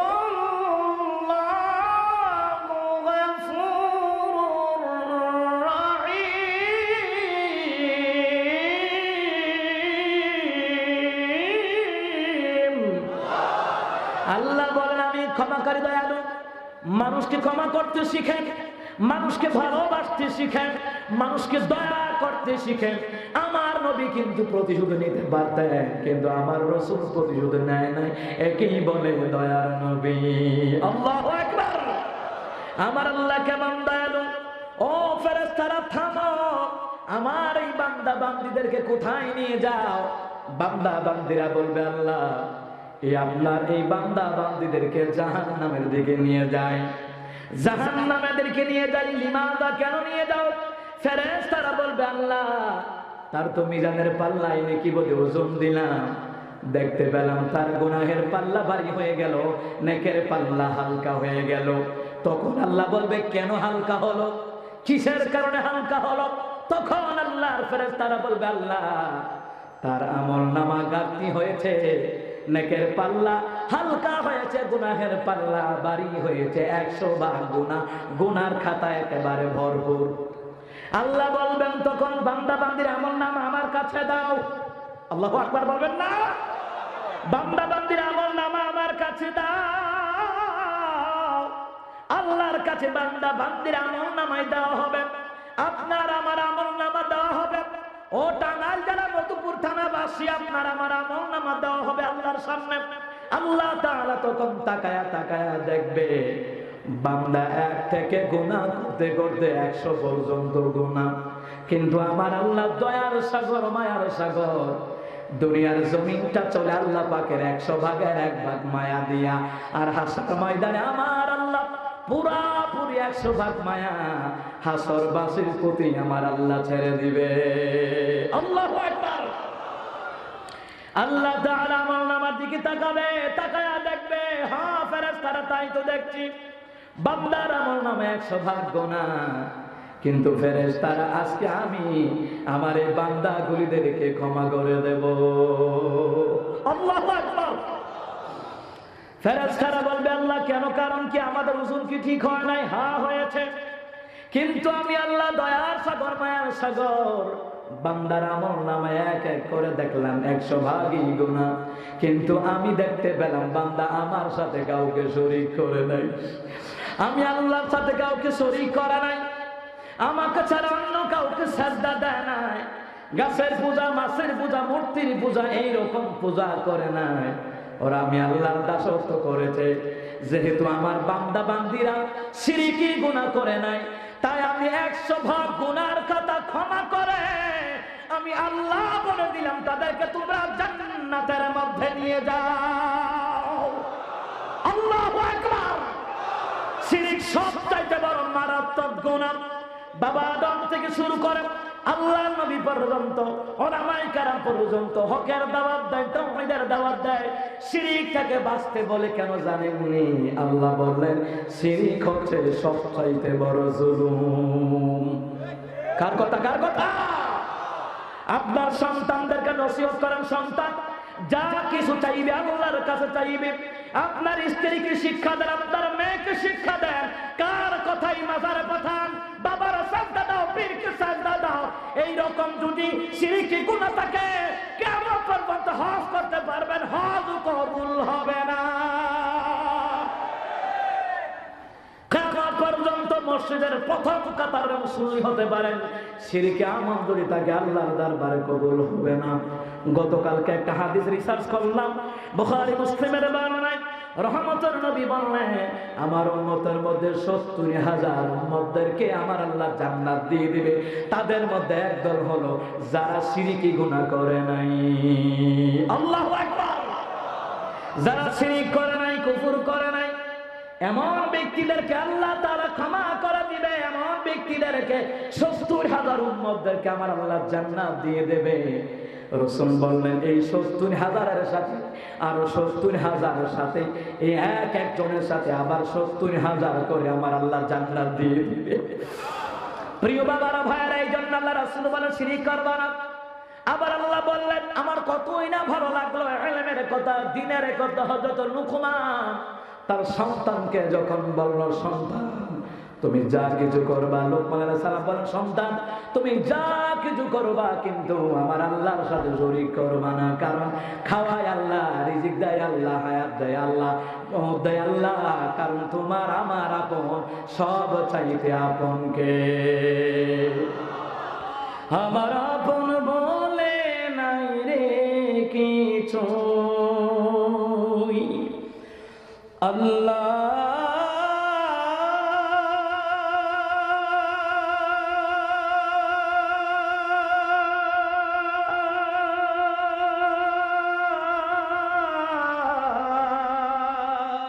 আল্লাহু আল্লাহ, ও আমার আপন বলে নাই রে কিছুই, সবই যে লিল্লাহ। তার নূরের তাজাল্লিতে পড়ে হই ফানা ফিল্লাহ। আমি মুখে বলি আল্লাহ, আমার অন্তরেতে আল্লাহ। আমি মুখে বলি আল্লাহ, আমার অন্তরেতে আল্লাহ। বলেন না, আমি মুখে বলি আল্লাহ, আমার অন্তরেতে আল্লাহ। আমি মুখে বলি আল্লাহ, আমার অন্তরেতে আল্লাহ। নাই কোনো ভয় আসলে আসুক বাধার পাহাড় যত, আল্লাহ ছাড়া কারু কাছে হয় না মাথা নত। নাই কোনো ভয় আসলে আসুক বাধার পাহাড় যত, আল্লাহ ছাড়া কারু কাছে হয় না মাথা নত। এই জীবন শুধু তারই রাহে ভোলা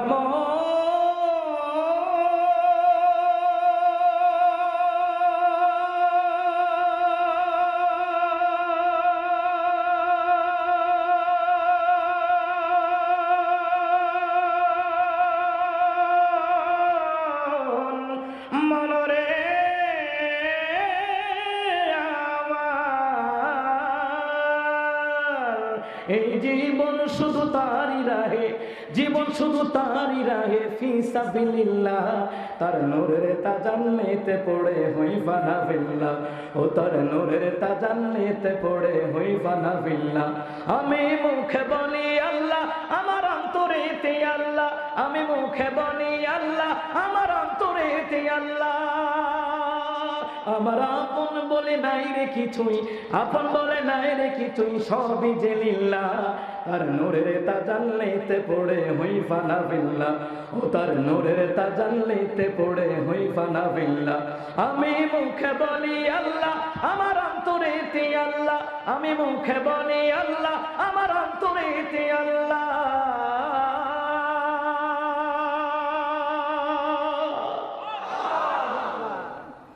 প্রিয় মুহতারাম হাজিরিন, আপন হলো আমাদের আল্লাহ।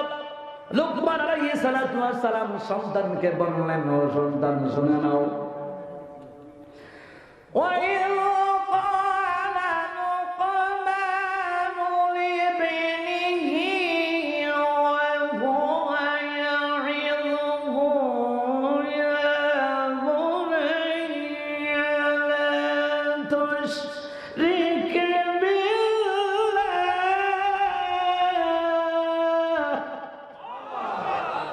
হযরত লুকমান আলাইহিস সালাতু ওয়াস সালাম বললেন, ও আমার বৎস, তুমি ভালো করে শোনো, হে আমার সন্তান। আল্লাহ বলেন, ও নবী আমার, স্মরণ করো লুকমান আলাইহিস সালাতু ওয়াস সালামের কথা। যখন হযরত লুকমান তার সন্তানকে বলল, হে সন্তান, আমার আল্লাহর সাথে কাউকে শরীক করবা না। যদি তোমরা আমি আল্লাহর সাথে শরীক করো, তাহলে আমার প্রিয় বাবারা, ভাইয়েরা, লুকমান আলাইহিস সালাম বললেন, ও আমার সন্তান, যদি তুমি আল্লাহর সাথে শিরক করো তাহলে জুলুম হয়ে যাবে। সবচেয়ে বড় জুলুম করা হয় যারা আল্লাহর সাথে শরীক করে, ঠিক কিনা? ইন্নাশ শিরকা লাযুলমুন আযীম। আল্লাহ তাআলা বললেন, নিশ্চয়ই শিরক হচ্ছে সবচাইতে বড় জুলুম। কথা বলেন ঠিক কিনা? লা ইলাহা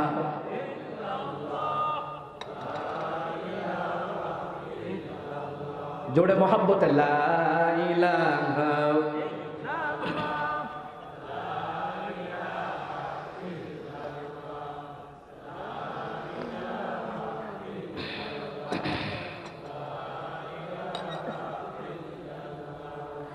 লা ইলাহা ইল্লাল্লাহু মুহাম্মাদুর রাসূলুল্লাহ সাল্লাল্লাহু আলাইহি ওয়াসাল্লাম।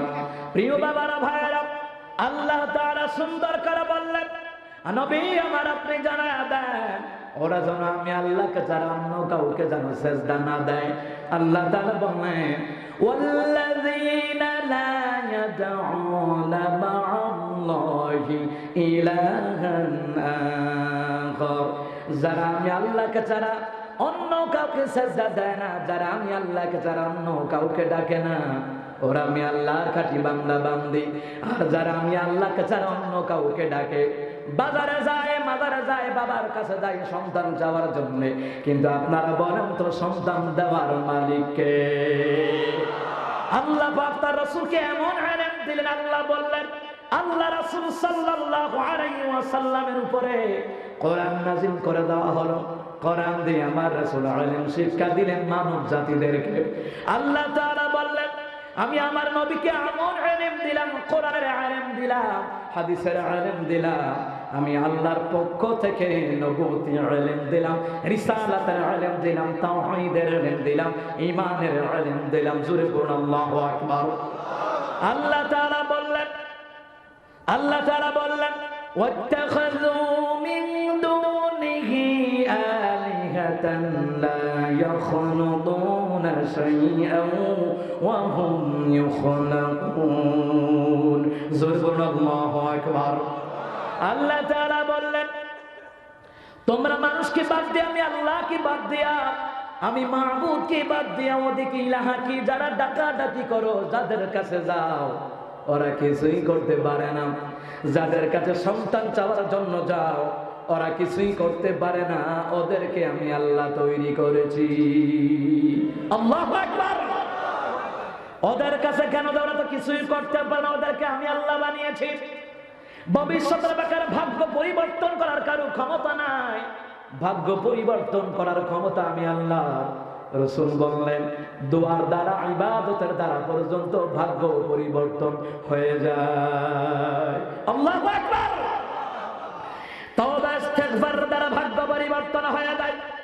এই ইলমে দ্বীনের কথাগুলি রাসূল বললেন, আল্লাহ তাআলা তার রাসূলকে দিয়ে বলেন, নবী তাদেরকে জানায়া দেয় ওরা আমি আল্লাহকে ছাড়া যদি অন্য কাউকে ডাকাডাকি করে এটা শিরক হয়ে যাবে, এটা জুলুম হয়ে যাবে। মানুষের নিজের কর্মের দ্বারা নিজের উপর জুলুম করে, কথা কোন ঠিক কিনা? আল্লাহ তাআলা রাসূল বললেন তোমরা শুনে, আল্লাহ তাআলা বললেন তোমরা আমি আল্লাহকে বাপ আর আল্লাহকে বাপ দিয়ে অন্য কাউকে ডাকাডাকি করো না। যাদেরকে ডাকাডাকি করো তাদেরকে আল্লাহ বানিয়েছেন। ওয়াত্তাখাযু মিন দুনিহি আলিহাতান লা ইয়াখলুকুনা শাইআন ওয়া হুম ইখলাকুন ওয়া লা ইয়ামলিকুনা লিআনফুসিহিম দাররান ওয়া লা নাফআন ওয়া লা ইয়ামলিকুনা মাউতান ওয়া লা হায়াতান ওয়া লা নুশুরা। জোরে বলুন আল্লাহু আকবার। কত সাধারণ কথা আল্লাহ বলছেন, তোমরা যাদের কাছে ওরা কিছুই করতে পারে না ওদেরকে আমি আল্লাহ বানিয়েছি। ভাগ্য পরিবর্তন ক্ষমতা তাদের নাই, জীবন দেওয়ারও ক্ষমতা নাই, মরণ দেওয়ারও ক্ষমতা নাই, ভালো করারও তাদের ক্ষমতা নাই, মন্দ করারও তার ক্ষমতা নাই। ওরা নিজেদের উপকার করতে পারে না, অন্যেরও কোনো উপকার করতে পারে না।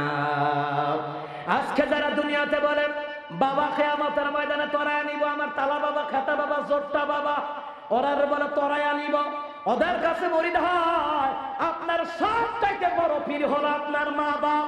মা বাবার খেদমত না করলে জাহান্নামে যাবেন, পীরের খেদমত না করলে জাহান্নামে যাওয়া লাগবে না, মা বাবার খেদমত না করলে জাহান্নামে যাওয়া লাগবে, ঠিক কিনা?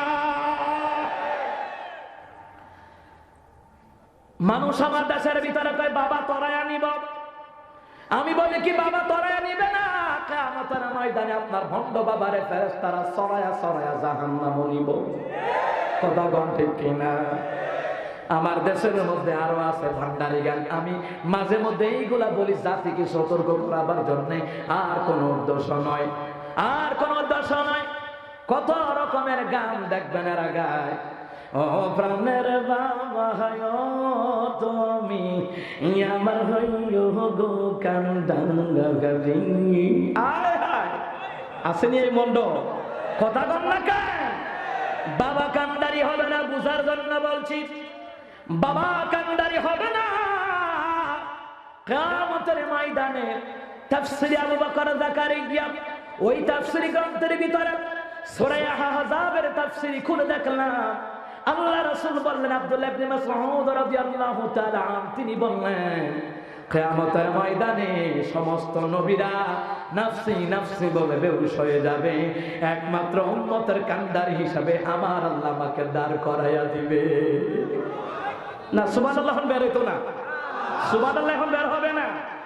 বাবার কাহিনী, পীরের কাহিনী, সাহেবের কাহিনী কইলে ওরে সুবহানাল্লাহ স্টেজ বলে পর্যন্ত ফাওলা কইরা থাকা। কথা কোন না কেন? রহমতের নবী কান্দারি হবে, খেতা বাবা, তালা বাবা কান্দারি হবে না। হাসর ময়দানে ফেরেশতাদের গদার বাড়িও তাদের হুঁশ থাকবে না। কথা কোন ঠিক কিনা? আল্লাহর এই আয়াতটা খেয়াল করুন, সূরা ফুরকান 3 নম্বর আয়াত। আল্লাহ বললেন ওরা নিজের উপকার করতে পারে না, অন্যেরও করতে পারে না, ওরা নিজেদের ভালো করতে পারে না, অন্যেরও ভালো করতে পারে না। হাসর ময়দানে আপনার পীর বাবার দোষ থাকবে না, আপনার পীর বাবারা সাইজ করে ফেলবে, আপনার দুপাই নাই, আপনার পরিচয় দিবে না ভক্তর দলেরা। খোদা গণ না কেন? আমার দেশের মধ্যে মনে করে তাদের কাছে গেলে ভাগ্য পরিবর্তন হবে। আমার দেশে তো বসুন্ধরাতে 8 নাম্বার ফ্লোরে একজন তাবিজ ব্যবসায়ী আছে, লিটন দামান চিশতি। কথা গণ না কেন? আপনি কি হতাশায় ভুগছেন? আপনি কি ব্যবসায় সফল অর্জন করতে পারছেন না? আপনি কি লটারি পাচ্ছেন না? স্বামী স্ত্রী মিল নেই, দাম্পত্য জীবনে সুখ নেই? আজই যোগাযোগ করুন লিটন দেওয়ান চিশতি। আপনার হাতের রেখা দেখে বল দিতে পারবে আপনার বর্তমান ভবিষ্যৎ। Bashundhara complex 8 number floor. আজই যোগাযোগ করুন স্ক্রিনে দেওয়া নাম্বারে 017625095। কথা করেন না কেন? বিজ্ঞাপন শুনেন নাই? কত বিজ্ঞাপন দেয়, সেটা কি বর্তমান ভবিষ্যৎ গণনা করতে পারে? আল্লাহ বললেন না, নাফআন ওয়ালা দাররান ওয়ালা ইয়ামলিকুনা মাউতান ওয়ালা হায়াতান ওয়ালা নুশুরা। ওরা নিজেরও ভালো করতে পারে না, অন্যেরও ভালো করতে পারে না। বাবার দরবারে গেলে যদি ভাগ্য খুলে দেয়, তাহলে আমি তো সাহাবী মাজারে দেখলাম অসংখ্য ভিক্ষুক। বাবার যদি দেওয়ার ক্ষমতা থাকতো, ভিক্ষুকরা অনেক আগে ধনী হয়ে যেত। আমার দেশে যত অলিদের মাজার আছে, তাদের যদি দেওয়ার ক্ষমতা থাকতো, এত ভিক্ষুক এত ফকির তারা কবে ধনী হয়ে যেত। আল্লাহর অলিদেরকে সম্মান করি, কিন্তু অলিদের মাজারে গিয়ে আপনাকে ভণ্ডামি করতে বলা হয় নাই। তারা আল্লাহর মাহবুব বান্দা, তারা আল্লাহর আইন মেনেছে, নবীর তরিকা মেনেছে। আপনারাও আল্লাহর আইন মানেন, নবীর তরিকা মানেন, ইসলাম ড্রাইভার হতে পারেন, দিন মজুর হতে পারেন, আল্লাহ আপনাকে ওলি বানাইয়া দিতে পারে, ঠিক কিনা? ও মুসলমান ইমানদার, 2015 সাল, ওই যে হাতের রেখা দেখে বর্তমান ভবিষ্যৎ বলতে পারে। 2015 সাল জানুয়ারি 3 তারিখ আমার প্রোগ্রাম ছিল সিলেটে বিশ্বনাথ জেলায়।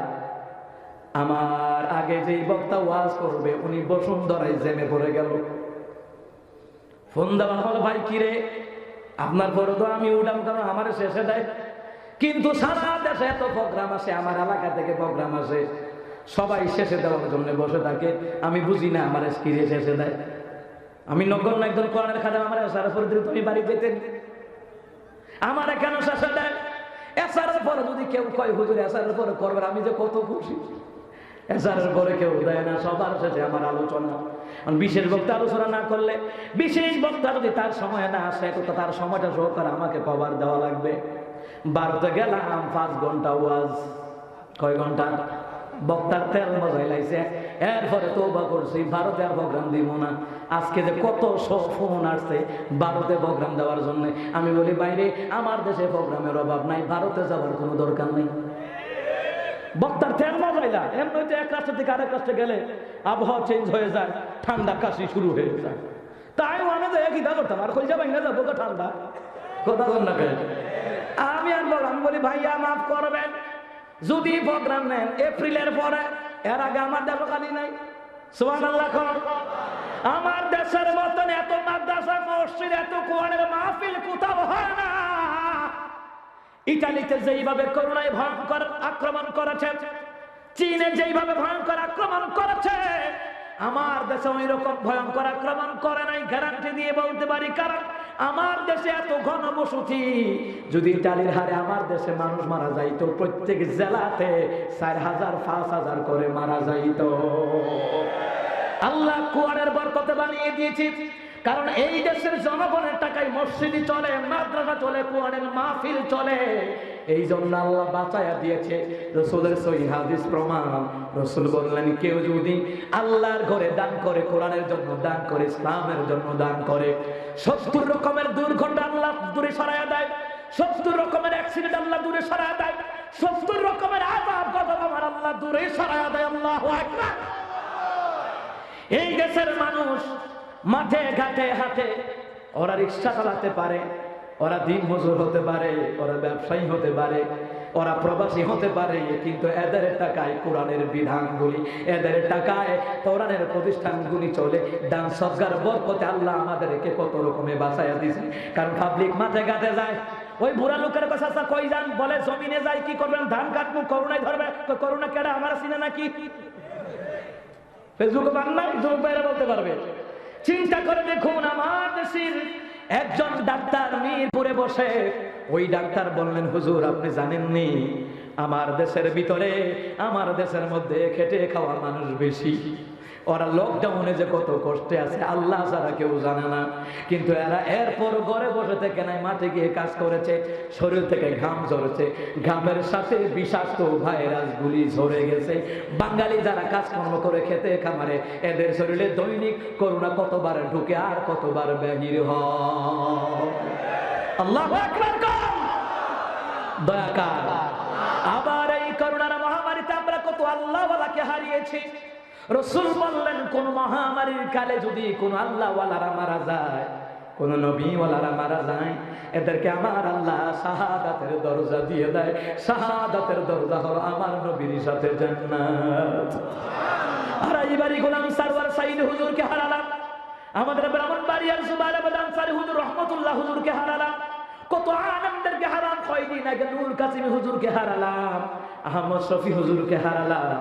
এলাকার কত আল্লাহওয়ালারা নবীওয়ালারা ইন্তেকাল করেছে মহামারীর কালে, কত মহামারীতে আক্রান্ত হয়ে মৃত্যুবরণ করেছে।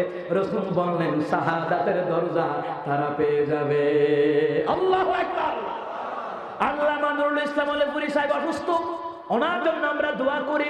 এই এলাকার মান্যগণ্য ব্যক্তি, মুরব্বী, দাড়িওয়ালা, টুপিওয়ালা যারা হসপিটালে বাসা বাড়িতে অসুস্থ আছে, আমার এই দেশের প্রধানমন্ত্রী থেকে শুরু করে কেয়ারটেকার পর্যন্ত যারা শারীরিক মানসিক অসুস্থতায় ভুগছেন, আমার আল্লাহ যেন তার রহমান নামের, গফফার নামের খাতিরে যেন আমার আল্লাহ দয়া করে যেন ক্ষমা করে দেয়। জোরে আমি আর জোরে বলি আমি, আর আস্তে বলি আমি।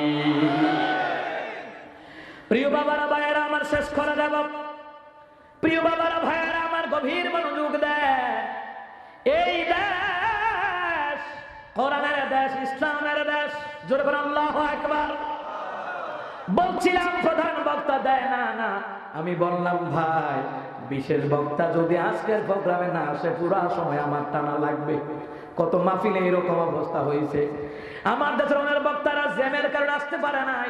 আমার বলে হুজুর আপনি সালাম 1 ঘন্টা 2 ঘন্টা নয় 5 ঘন্টা, আমি কি আরেকে মাইরা লাইবা নাকি? যাই হোক, বিপদ মানুষের থাকে না, তবে যে বিপদের সময় পাশে তাকে সে হলো আপনজন। বিপদের সময় যেই নেতারা খবর নেয় ওরা হলো আসল নেতা। কথা বলতে কিনা? প্রিয় বাবারা ভাইয়েরা আমার, আমি বললাম কিরে ভাই কোথায়? বলে বসুন্ধরায়। এরে ভাই বসুন্ধরায় কি হয়েছে? আগুন লাগছে। আর কি বেলা আগুন লাগছে মানে কি? এই বসুন্ধরায় না লিথন দাবার সৃষ্টি থাকে, এরা বর্তমান ভবিষ্যতের কথা হাতের দেখে, হাতের রেখা দেখে বলতে পারে। তাহলে ওই 1 বছর আগে প্রধানমন্ত্রী কি বললো না কেন? প্রধানমন্ত্রী এই হলো 2014 সাল, সামনে 2015 সাল জানুয়ারি 3 তারিখ বসুন্ধরায় আগুন লাগবে, ফায়ার সার্ভিস রেডি রাখছেন। এই লিটন দেওয়ার চেষ্টা ভণ্ড ভবিষ্যতের কথা বলতে পারে না। তাহলে প্রধানমন্ত্রীর দায়িত্ব এইরকম ভণ্ডদেরকে ধরে ধরে এনে ফাঁসার মধ্যে গরম দিন দেওয়া দরকার। ফাতর বেছে, ফাতর ওবা কিতা বেছে? ফাতর বেছে 5,000 টাকা করে 10,000 টাকা করে হাতর বেছে। শয়তান কোন কাম। আমার প্রিয় বাবারা ভাইরা, রাসূল এই কথাগুলি শিক্ষা দিলেন। ইব্রাহিম খলিল যে বলেন আল্লাহ ইউআল্লিমুহুমুল কিতাব ওয়াল হিকমা, এমন একজন নবী পাঠান জ্ঞান বিজ্ঞান ইলম শিক্ষা দেবে। আরেকটা কথা বলি, এখানে যারা বিয়ে করেছেন ওদের ছোট ছোট ছেলে মেয়ে আছে কি নাই? আর জানি করেনি, দুষ্টামি করেনি, বাবার কাছে নিয়ে যায় তাবিজ দিতে দিতে একবারে বালিশে। আল্লাহু আকবার,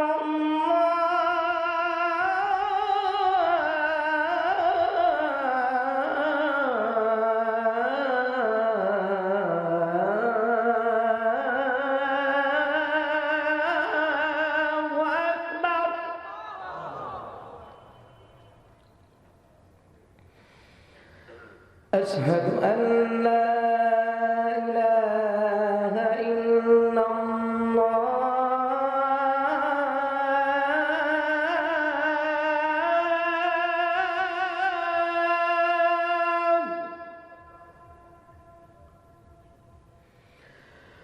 أشهد أن لا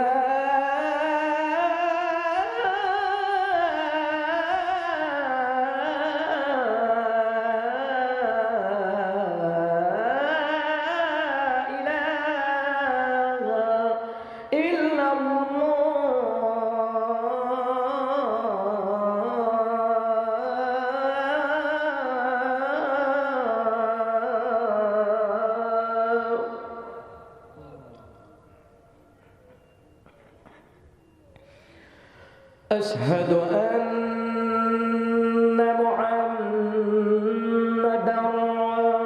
رسول الله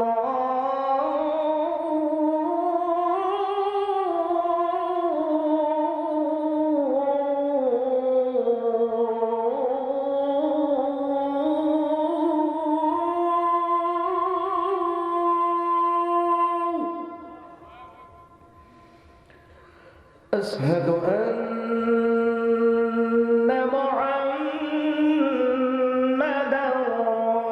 حي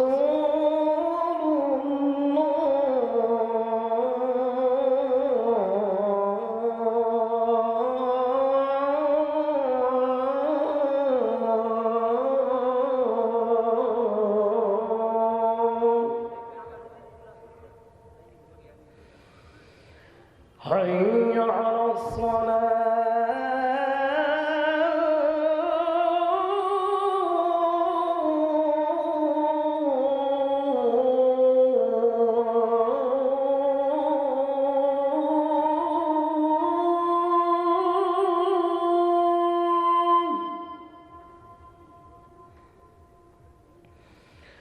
حي على حي على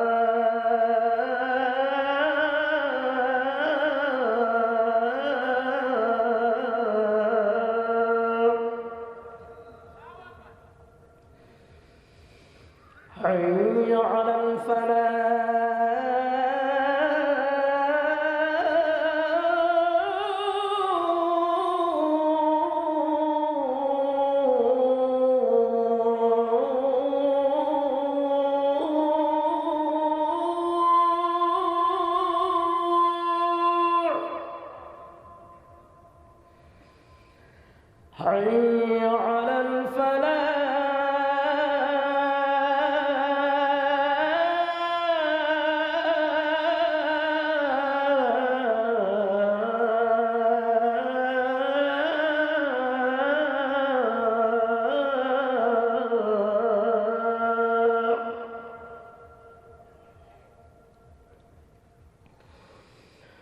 الله أكبر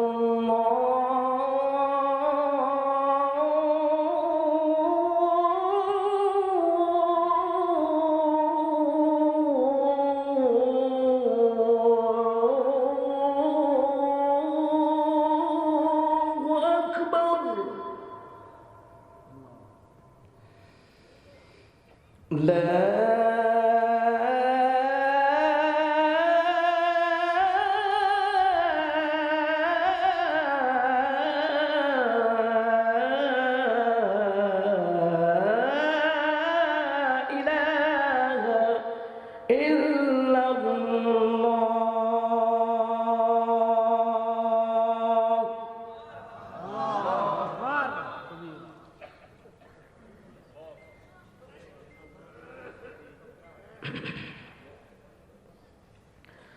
اللهم صل على محمد জি মাহফিল কর্তৃপক্ষের কিছু বলার আছে আপনাদের কিছু বলার আছে কি না দোয়া করে দিব اللهم آمين ربنا ظلمنا أنفسنا وإن لم تغفر لنا وترحمنا لنكونن من الخاسرين يا معبود দুর্গাপুর ঈদগাহ ময়দান এই দুর্গাপুর ঈদগাহ ময়দান মধুপুর থানা টাঙ্গাইল জেলা আল্লাহ তাআলা 20তম 5 দিন ব্যাপী তাফসীর কোরআন মাহফিলের আজকে দ্বিতীয় অধিবেশন আল্লাহ তাআলা এ মাবুদ আজকের প্রোগ্রামের সম্মানিত সভাপতি প্রধান অতিথি বিশেষ অতিথি সম্মানিত আনামাই কারাম মরাবেন আদাম যুবক ভাইয়েরা পর্দার আড়ালে মায়েরা বোনেরা আল্লাহ তাআলা মুরব্বী বাবারা যুবক ভাইয়েরা সকলকে দেখে নিয়ে হাত উঠাইলাম আমাদের হাতগুলি কবুল আর মঞ্জুর করে না আল্লাহ তাআলা আর হাদিয়া লাখ কোটি গুণে বাড়াইয়া সোনার মদিনায় পৌঁছায়া দাও এই তাফসীর কোরআন মাহফিল প্রথম দিন গেল আজকে দ্বিতীয় রাত্রি শেষ হয়ে যাচ্ছে রে বাবা আল্লাহ প্রথম রাত্রি থেকে দ্বিতীয় রাত্রি পর্যন্ত যত কোরআন তেলাওয়াত করা হয়েছে দরুদ সালাম তাওবা ইস্তিগফার পাঠ করা হয়েছে তোমার বান্দা করে যত দান সদকা করেছে সব আমল একত্র করিয়া লক্ষ কোটি গুণে বাড়াইয়া সোনার মদিনায় পৌঁছায়া দাও আল্লাহ তাআলা আমাদের প্রত্যেকের জিন্দেগীর গুনাহগুলি মাফ করে দিও আল্লাহ তাআলা এই মাহফিলের যত ভাড়া দেশে বিদেশ থেকে সরকারি বেসরকারি চাকরিজীবী শ্রমিক ভাইরা সকলের সমন্বয়ে রে মাওলা এই তাফসীর মাহফিলের আয়োজন করেছে। সবগুলির হাদিয়া লক্ষ কোটি গুণে বাড়াইয়া সোনার মদিনায় পৌঁছাই দিও। এর বিনিময়ে রে মাওলা উত্তম যাজা তুমি দান করে দিও। আল্লাহ তাআলা তোমার এই বান্দাগুনি বসে বসে আল্লাহ তোমার নাম নিয়েছে, তোমার নবীজির দুরূদ পড়েছে, জিকির করেছে, তওবা ইস্তেগফার